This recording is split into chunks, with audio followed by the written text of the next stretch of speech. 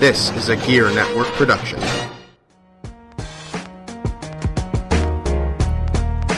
Ladies and gentlemen, it's your boy, Mr. Perez, and you're listening to the Better Live Than Dead podcast, brought to you exclusively on Gear Network. Listen in. Hey everybody, how's it going? It's your host, Ryan Wolf. This is the 5th episode of the Better Live Than Dead podcast. I'm flying solo on the intro this week, but let me tell you what, we've got a great interview coming up in just a few short minutes. We'll be joined by Reid, the Bills Mafia president, founder of 26shirts.com, and all-around good guy. Now, we made sure to ask Del a lot about the Buffalo Bills sale to Terry and Kim Pegula, which was announced just a few short days ago. And naturally, we've got one of the biggest Bills fans on the podcast. We made sure to ask him about the Bills and Dolphins game at Ralph Wilson Stadium this Sunday. Stay tuned for that. That will be up just after these short commercial breaks. While you're listening to this podcast, make sure you follow us on social media. You can follow me at WolfSHC on Twitter. You can also follow Mr. Perez at MRLG Perez.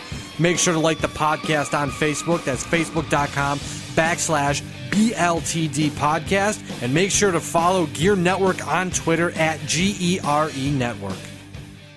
Wrestling fans, this is JC Money here, and I want to talk wrestling with you. That's right. I want to talk WWE with you. I want to talk indies with you. I want to talk WWE 2K video games. I want to talk anything wrestling with you because we are talking wrestling with JC Money. Thursdays on the Gear Radio Network. This is not a test. This is the punk rock prodigy Eric Emanon, and you are listening to Better Live Than Dead exclusively on the Gear Radio Network.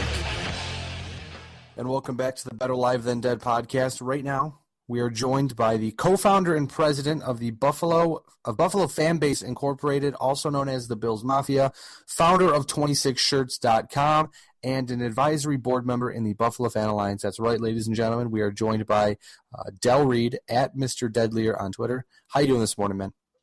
What's going on, man? It's a good day. Still a great day. I mean, yesterday was amazing. Today is even better.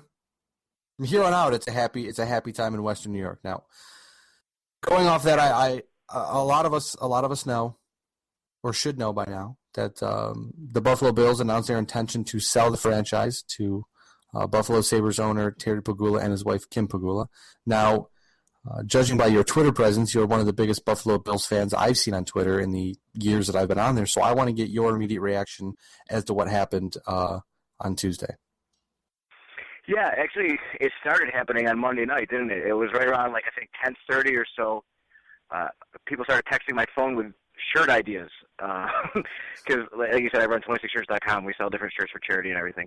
So people started texting me with shirt ideas of exclamation points and everything. Because Kim Pegula, I'm sorry, not Kim. Terry's daughter had started. Yeah, Kelly. Thank you.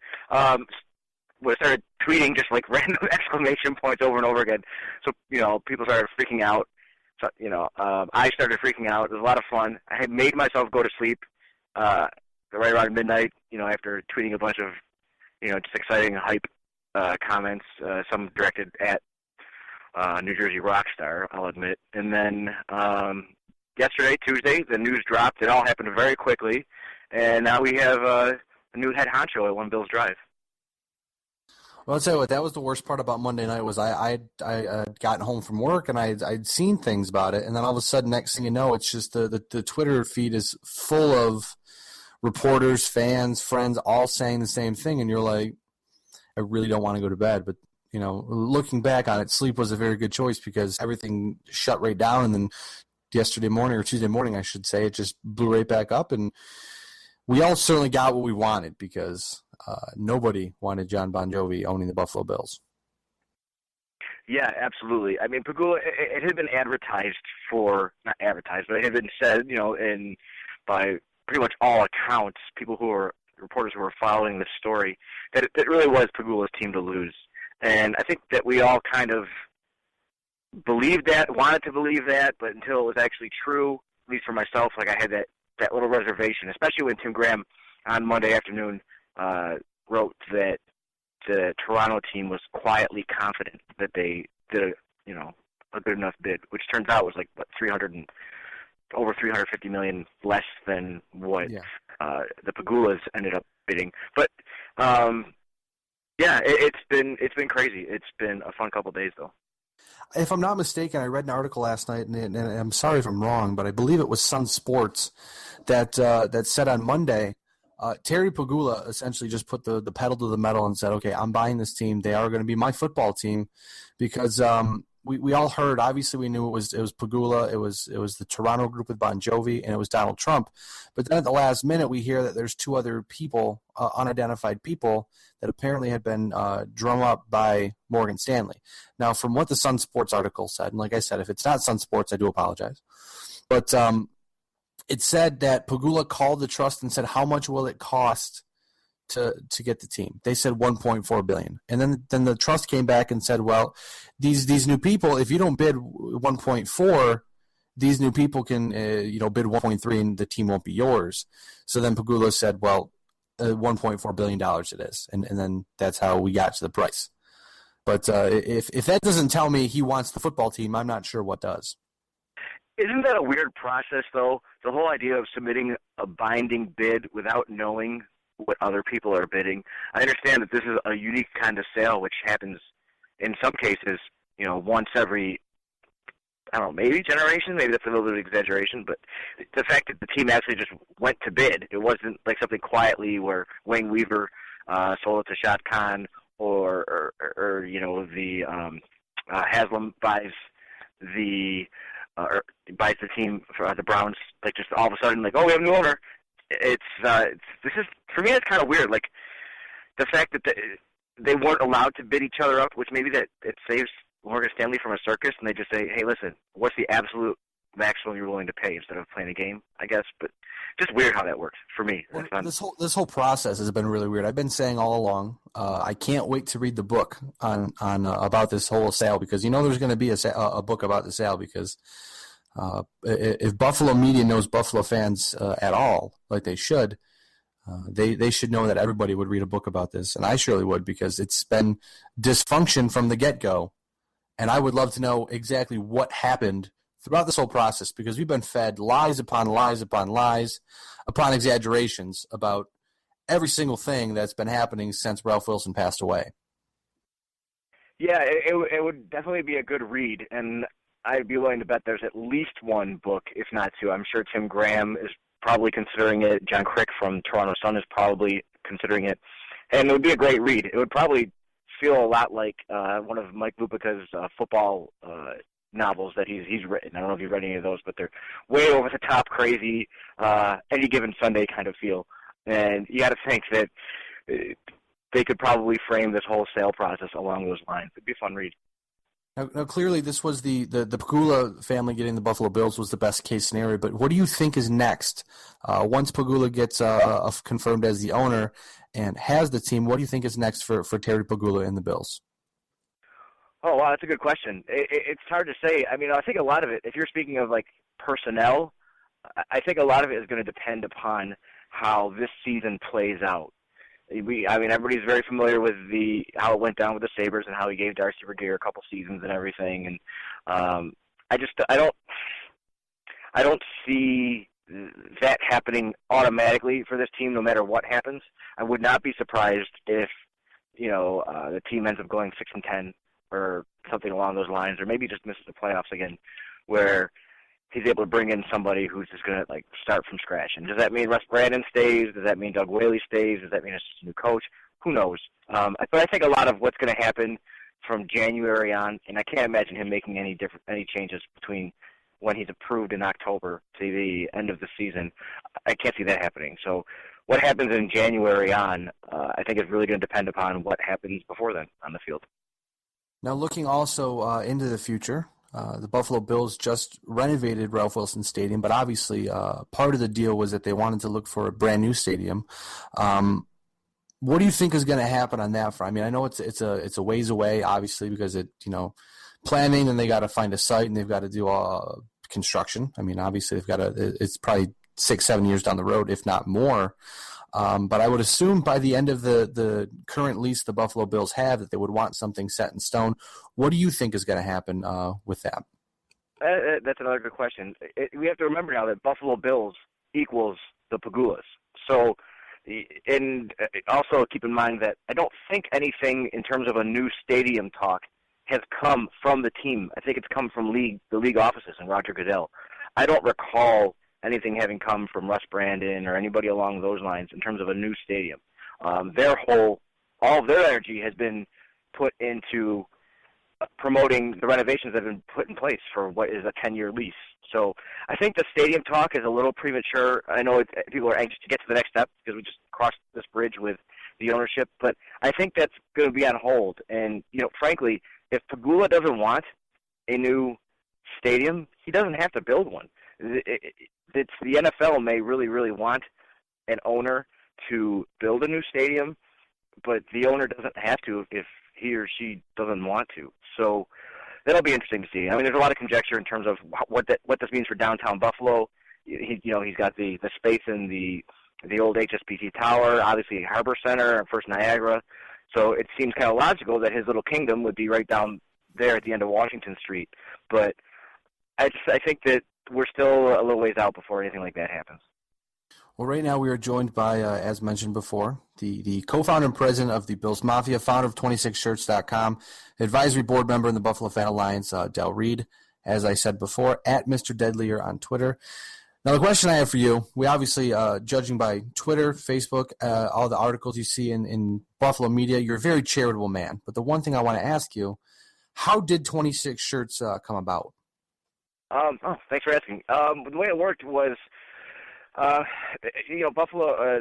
fan base, that's our nonprofit name for all the Bills Mafia efforts. We're well known for, all the work we try and do and help people and everything. So somebody approached me last October and asked if I would just help promote a jersey raffle that he was doing. He had won a Bills jersey, I think it was a signed Mario Williams jersey from Summer Sanders, the ex-Olympian, who's a huge Bills fan. So I said, yeah, sure, let's talk about it first, because I don't, people come at me all the time, and if it's not something that's if it's something that's selfish on their part, I don't mean that in a bad way even, but if it's not promoting the greater good, normally I'll say thanks, but no thanks, or, we'll talk it through or whatever. But then Scott Lund, that's the name of the man who approached me, started telling me about his daughter who had retinoblastoma, which is basically eye cancer. His daughter's 2 years old. So he's telling me the story over email, and I'm sitting here, I'm reading it, I'm like tearing up, I'm like, oh my gosh. So I'm like, yeah, dude, absolutely, I'll help you promote this jersey raffle. And not only that, next time we sell a special T-shirt for the Bills Mafia, I'll give you the profits. And that was coming off of all the Kiko Alonso stuff. I started the legend of Kiko Alonso and everything that kind of took off. And so we just sold some T-shirts, and I was having fun doing that, selling these little special limited edition T-shirts, and it was fun just to check every day how many we sold and everything. So anyways, I started thinking about how, Scott's issue, or Amber, his daughter, she's just one person out of how many that need help.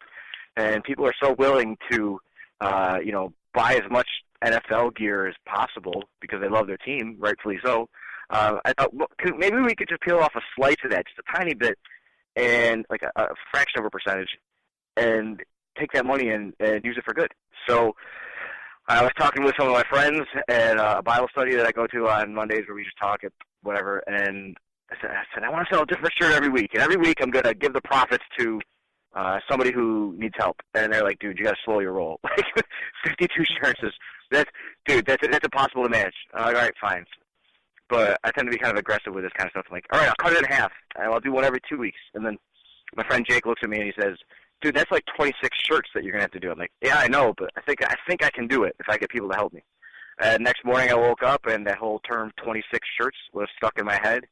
And I had what I call my Jerry Maguire moment, where I just put something out there, and then suddenly I was accountable for it. And I put a blog post together, said this is what I want to do. Local media kind of jumped on it. Next thing I know, I'm doing interviews and about this shirt that I'm going to sell and how it's going to help this person. And at this point, I don't even have a shirt design. I don't have a shirt. I figured I'd use an online thing, but I had no website built yet or anything. So it was a very busy weekend. But in that time, a local shirt company, Dan Gigante of UNH, who approached me, and everything started to fall into place. And that Monday at midnight, we launched our first shirt.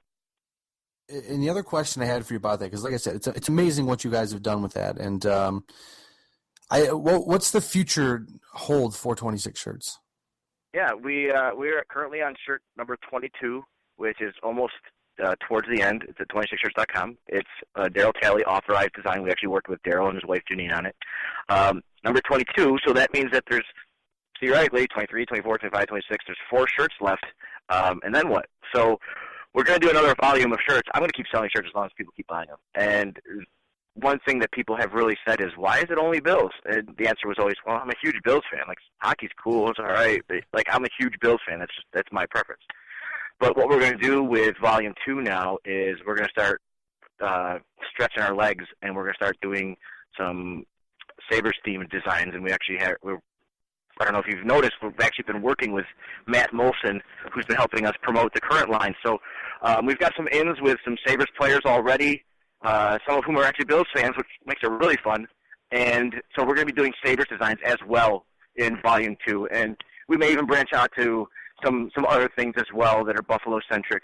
But we're just going to see where it goes. But, yeah, it will be more than just Bills in Volume 2. But I committed to doing 26 Bills shirts, so we're going to wait until we're done with the first 26 before we do anything else.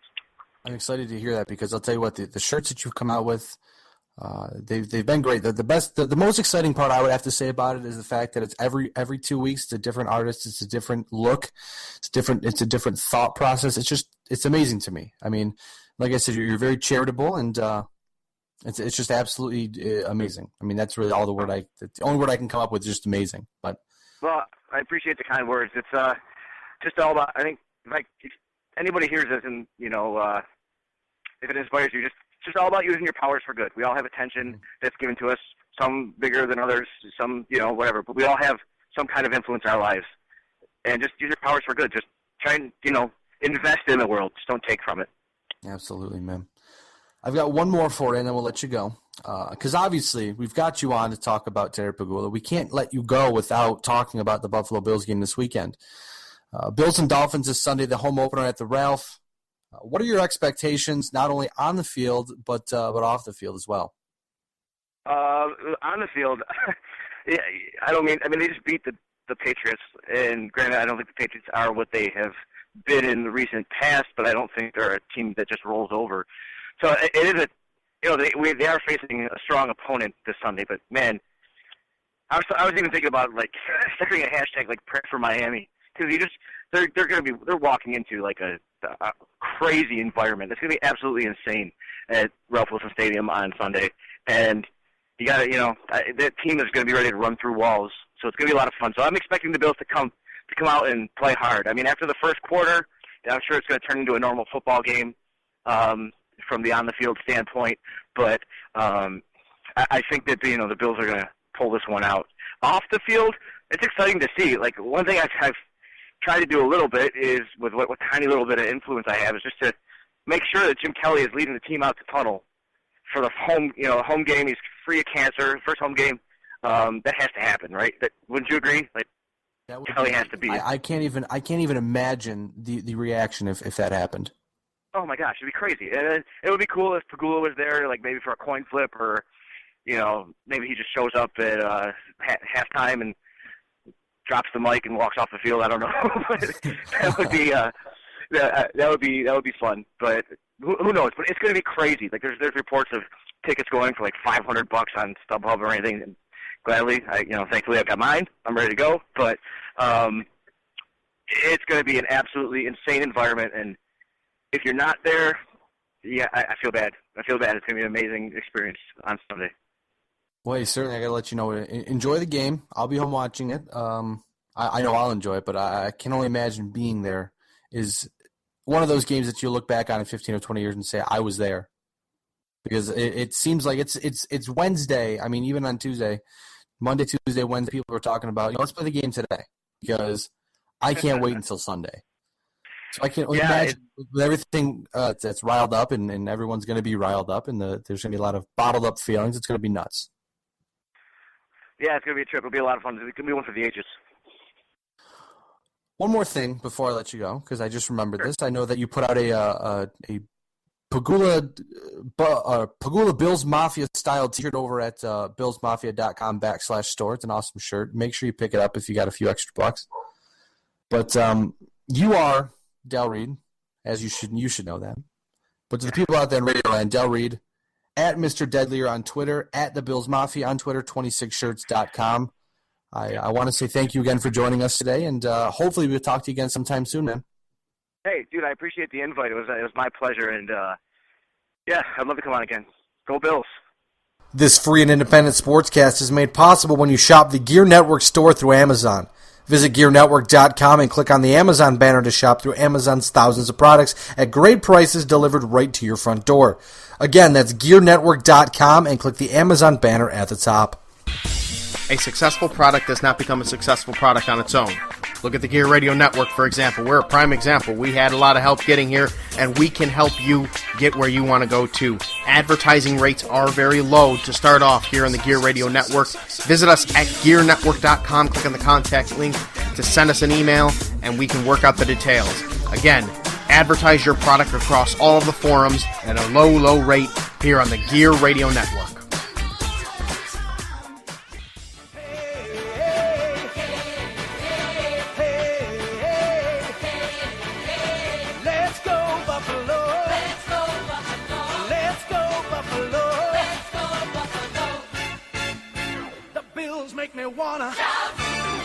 Welcome back to the Better Live Than Dead podcast, presented to you exclusively on the Gear Radio Network.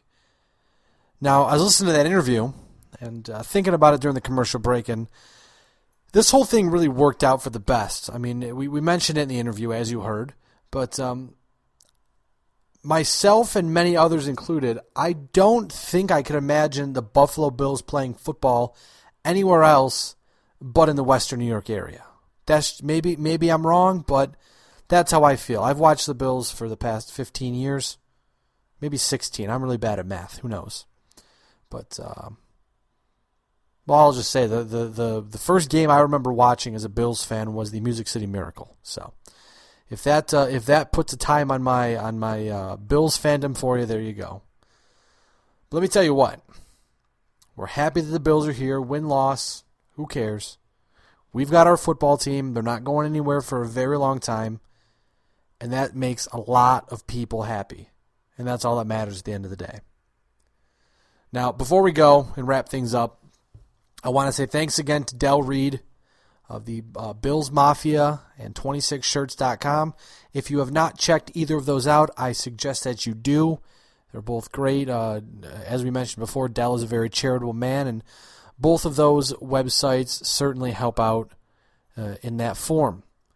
I also want to thank John of the Gear Network, the man who made this whole thing possible, as usual. I also want to thank Tony at Fortune Studios for making this podcast sound so nice each and every week. It's certainly appreciated. Also, to each and every single one of you listening out there, either on your cell phones, on your computers, on your tablets, wherever you may hear this thing, thank you so very much for making this podcast happen, because if it wasn't for you guys, we wouldn't be here. Also, one last thing before we call it a podcast, just want to let each and every one of you know that Mr. Perez will be back next week. This week, this podcast was kind of an impromptu podcast, solely because the news on the Buffalo Bills. Personally, as mentioned last week and as mentioned throughout the podcast today, I'm a diehard Bills fan. I could not wait any longer to make this podcast happen. So, like I said, tune in next week. Mr. Perez will make his triumphant return to the Better Live Than Dead podcast. And with that, I must say, I am Ryan Wolf. You are not. We'll try better next week, my friends. Thanks again for tuning in.